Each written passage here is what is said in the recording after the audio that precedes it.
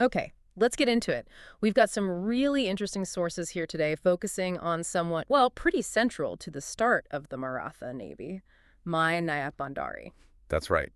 And our goal, our kind of mission for this deep dive, is to use these sources to really understand who he was and maybe more importantly, why he mattered so much, Yep. especially for the Marathas, who we often think of as, land-based power.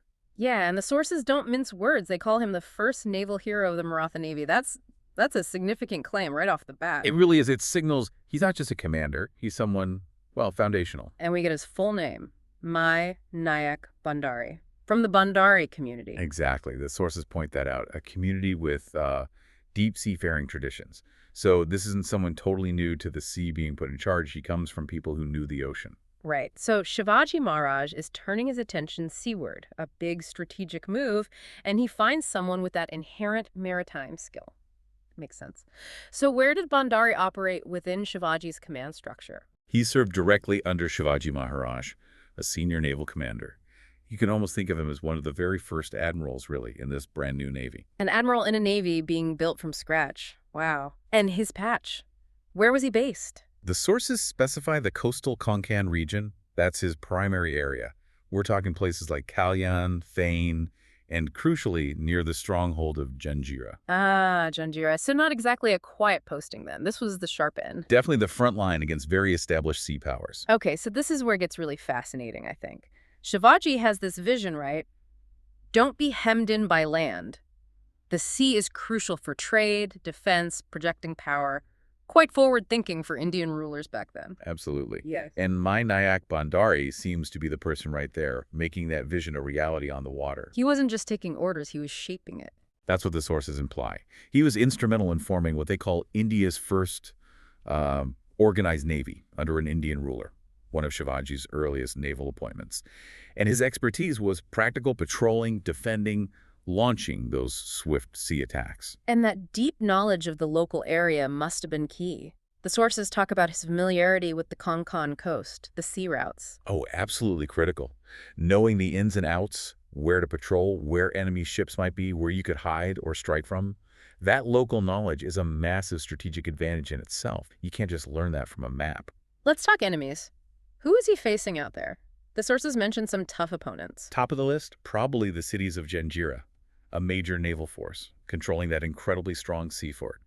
Mai Nayak Bhandari was right there, leading the fight against them. So actual combat engagements? Yes, the sources mention battles near Kalyan and Danda-Rajpuri, where he led Maratha naval forces.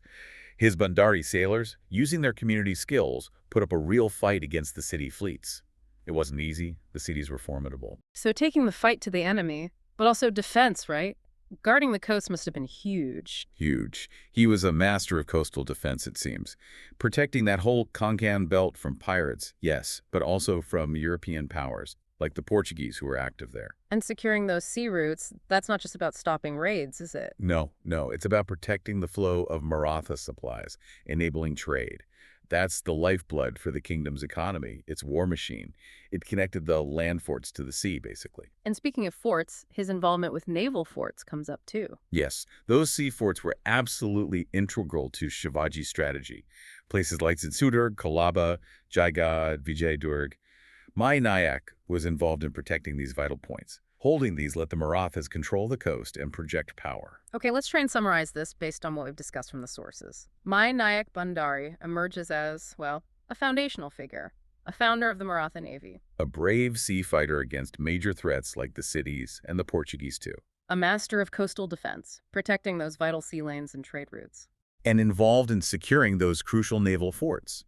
It's a picture of someone laying the essential groundwork. Yeah, the sources really paint him as instrumental in building that strong, organized navy, something quite unique for its time in India. And that foundation, those early struggles and successes, that paved the way, didn't it? It set the stage for later figures. Exactly. You can see how his pioneering work, as described here, created the basis for later famous admirals like Kanhoji Ungray to build upon.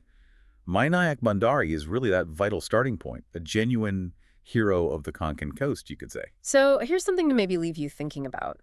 What does it tell us when a leader like Shivaji, with key figures like Mai Nayak Bhandari, decides to build naval power essentially from zero?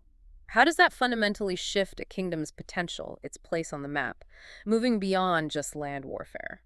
What does that foresight mean, and, well, what does it teach us even today about the importance of the sea worth mulling over?